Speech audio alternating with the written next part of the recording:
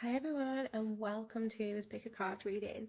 So my name is Emily for those of you who are new here, and for my regular viewers, welcome back.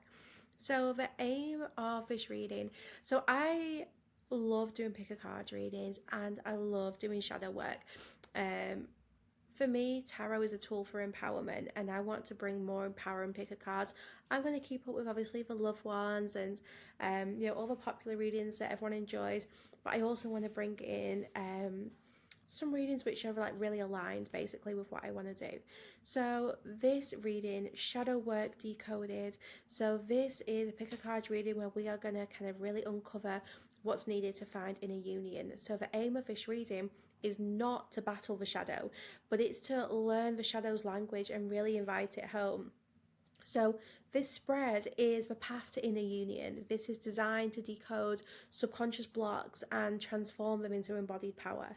Okay, so it's a 7 card spread. There's going to be 3 different decks for you to choose from. But before we begin, I will tell you what the spread is. So card number 1, the shadow at the gate. This is the subconscious pattern, the fear, the belief that's currently blocking authentic expression. Card number 2, the origin story. So where did this shadow take root? Is it a past experience? Is it conditioning? Is it an inherited narrative? Card number 3, the mask that this wears. So how the shadow shows up in daily life, the behaviours, reactions, self-sabotage, etc. And then we have the hidden gift. So what strength, wisdom, or power is trapped inside the shadow? We then have the act of integration, which is like what's required to consciously work with and integrate the shadow. And then we have the reclaimed power, so how life shifts once this shadow was acknowledged and integrated. And then lastly, inner union, the energetic state that you're going to step into when this part of you is welcomed home. So this reading, it's not about purging, so please don't feel like shadow work, it's going to be heavy, not at all. This is a remembering of a wholeness that was never truly lost for you guys, okay? So, don't worry about, any kind of like purging or like really active shadow work. This is more just like understanding so that we can integrate it.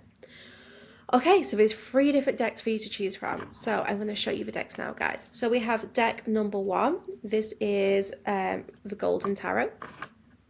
We have deck number 2, which is the Morgan Greer Tarot. And then we have deck number 3, which is the Gilded Tarot. So you guys let me know which deck you chose, which group you chose, but we're going to begin. Okay. So, let's see. So we have the Golden Tarot to start with, okay? So what do we have here? We have the Shadow at the Gate, 5 of Pentacles. And then we have, I'm going to get all the cards out. So then we have the Ace of Wands, 6 of Swords, Strength, the Lovers, 8 of Pentacles, and the Death card. Okay, some very suitable cards there for a shadow reading. Okay, so the Shadow at the Gate, 5 of Pentacles. So this shadow, it carries the belief of like feeling left out in the cold, or feeling unsupported, or just like this sense of lacking. So subconsciously there's this fear of scarcity, and it's not just material, there's emotional, energetic, and relationship here. So you have a shadow where you feel like you're going to be abandoned, you feel like you're not going to have enough, where you're not going to be supported. The 5 of Pentacles often appears when someone has learned, consciously or not, that they must be alone, that they must suffer. So asking for help, leads to disappointment. That's the belief here. This card shows up when we believe that warmth, love, and stability are things that other people receive, but we don't.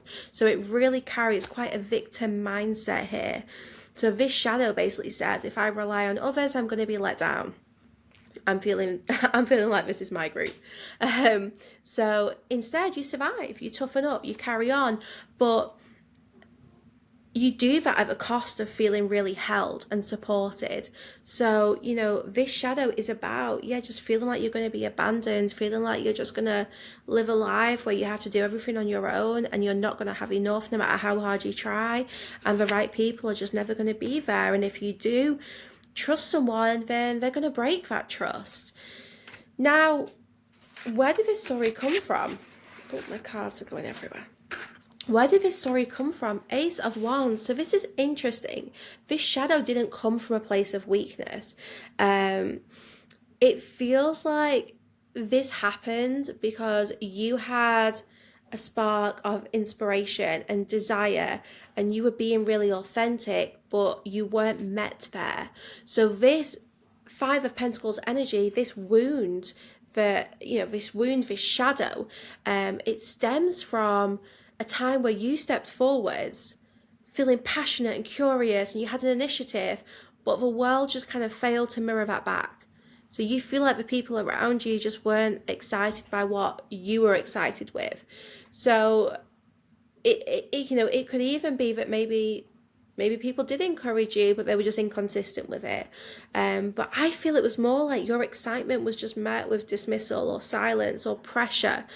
Pressure keeps coming through to me. So the lesson absorbed was not don't feel, but just like don't expect your fire to be welcomed. It's like, it's really sad. It's making me quite emotional actually. I feel like group one, you trying to show your excitement and passion for something and everyone just dismissed you. No one took you seriously, or you were just not allowed to express yourself.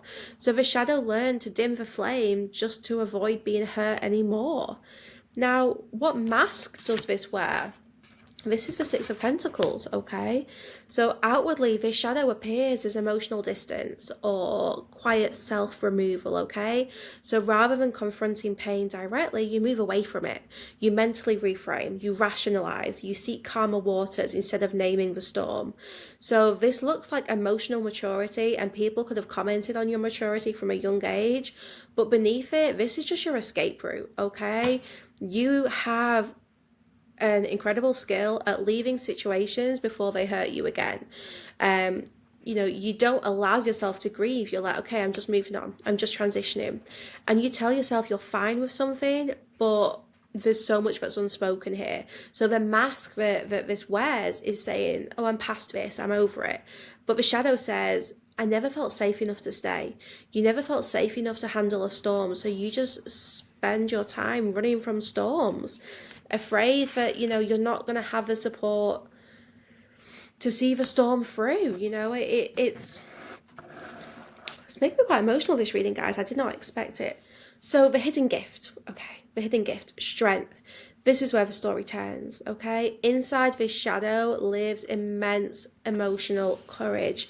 Strength here is not about dominance or resilience through force, but this is about the ability to stay present with vulnerability. This is the capacity to hold fear without letting it rule you. So you have an intuitive understanding of emotional complexity. You can sit with discomfort and uncertainty and raw feeling far longer than you realise. So the shadow you've been avoiding is actually the source of your gentleness, your empathy and your quiet power. And once you reclaim this shadow, this becomes that ability to lead with softness without self-abandonment. So let's see, how are we going to integrate this? For active integration, the lovers. Integration comes through choice here, group one. So this card is asking for conscious alignment between heart, body and truth. So it's not enough to basically unconsciously default to this self-protection. You're being invited to choose to connect even when it feels risky.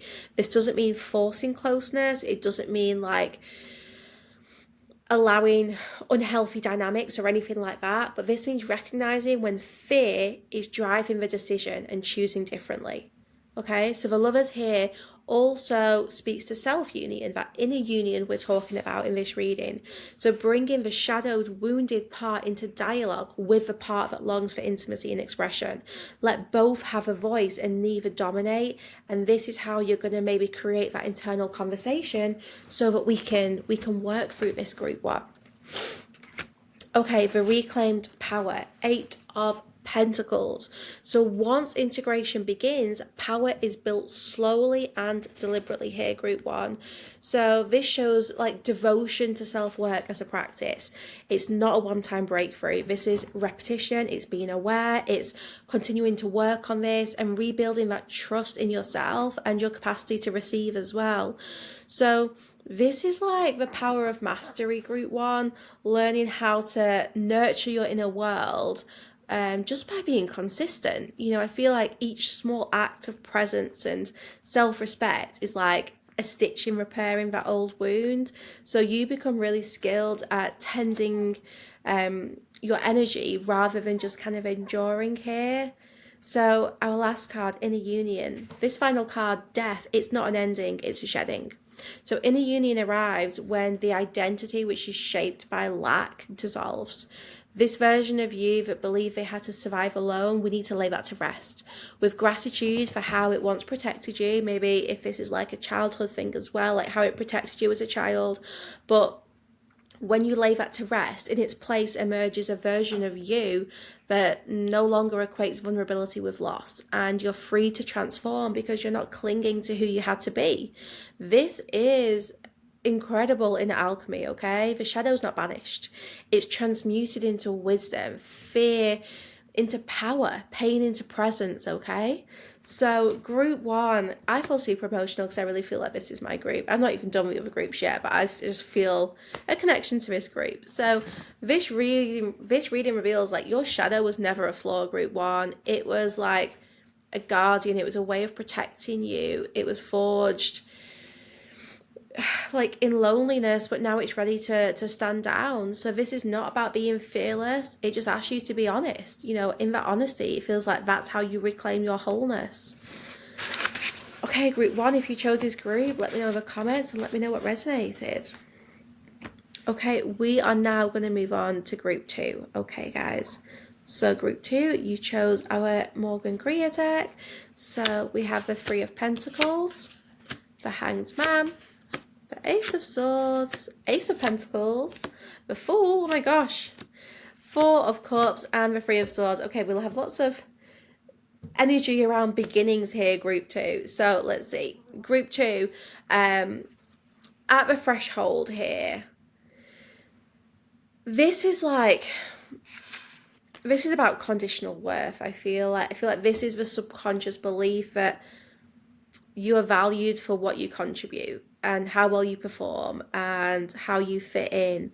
The shadow here questions like, am I good enough to be included? Am I part of the team? Am I allowed to exist as I am? I feel like there's a really deep sensitivity to collaboration and recognition here, group 2. So when there's harmony with those around you, you thrive. When there's not harmony in those connections or in that workspace, that's when you start to doubt yourself. So this shadow is not insecurity for like its own sake, but this is a longing to be met and respected and seen as essential rather than interchangeable. I feel like group 1, I think this shadow is really activated in the workplace. Like you want to be seen as important, you want to be seen as significant, as someone who, is like a valued team member. So where does this come from? The Hanged Man. So there was a time where you learned to wait, to adapt. And I feel like you suspended your own momentum to understand others or to keep the peace. Or maybe even to gain clarity. I feel like you learned that progress requires patience or like a shift in perspective. And over time, like you kind of internalize this, like if I wait long enough, they'll see me. But I feel like you've been waiting for a long time now, and this is like a long time of putting yourself on hold, group 2, if that makes sense. I just feel like you hold yourself back almost like for the sake of others, almost for the sake of like being seen and being understood. Now the mask that this wears, Ace of Swords, so outwardly, like this shadow presents itself as like logic and decisiveness and intellect. You may communicate really well. Perhaps people say like you're very articulate, you're very mentally sharp, you have a lot of self-awareness, you know, can call out bullshit, like you see the truth so clearly and you cut through confusion. But this sword is also your armor. It's a way to stay in the mind because the heart feels too exposed. So the mask says, I understand. The shadow says, I'm tired of understanding everything while still feeling unseen. So your mask is like thought replaces feelings, okay? Insight replaces vulnerability. Now the hidden gift here, Ace of Pentacles, interesting, it's another ace. Inside this shadow lives that gift of creation, grounded creation. So you have an innate ability to build something real just from your insight. You can just turn ideas into foundations like that, okay? To begin, again, in like a tangible, embodied way. I feel like the shadow holds that seed of self-worth that's not earned through effort but rooted in your presence. So once you reclaim this, you're not going to seek validation as a proof of value, but you become that place where value naturally grows. So this Ace of Pentacles, this is the gift of trusting yourself, okay? Now, the act of integration, we have the Fool here. So integration requires this leap without knowing what's going to happen, without like knowing the outcomes. So the Fool here is asking you to step forwards without waiting to be chosen. You think the Fool cares if he's chosen? No. He's going on a journey. He's going on an adventure. He does not care who approves. You know, he's not about perfection. So this integration here, this is, you need to risk being misunderstood. You need to allow curiosity to lead instead of caution. This isn't recklessness. This is releasing the belief that you must first be seen by others before you can move. So integration basically begins here, group 2, when you start choosing yourself, even whilst there's still uncertainty in the air. Now, the reclaimed power here, 4 of Cups, this is like discernment, okay? So not chasing every opportunity for connection or for recognition. So pausing, feeling, noticing where your energy actually wants to go. This is where I feel like you're going to become more emotionally independent and not rely so much on others for that validation. So what once felt like disengagement becomes sovereignty, okay? So you stop over-offering. You stop waiting for crumbs of affirmation. You learn that not every open door deserves your presence. So, you know, that's what's going to go on here, guys. And then we have the inner union, 3 of Swords. This is interesting, really interesting. So with this, I'm feeling this 3 of Swords is honest, is very honest. Inner union arrives through grief. I don't think there's any other way to say it, group 2. Through acknowledging the heartbreak of not being seen or not being chosen or valued in the ways that you needed, you're not reopening old wounds, but you're allowing them to breathe. And I feel like when you finally name the pain, it loses its power to steer your choices. The heart breaks open, not apart, right? Okay, so in that opening, that is where the truth can come in.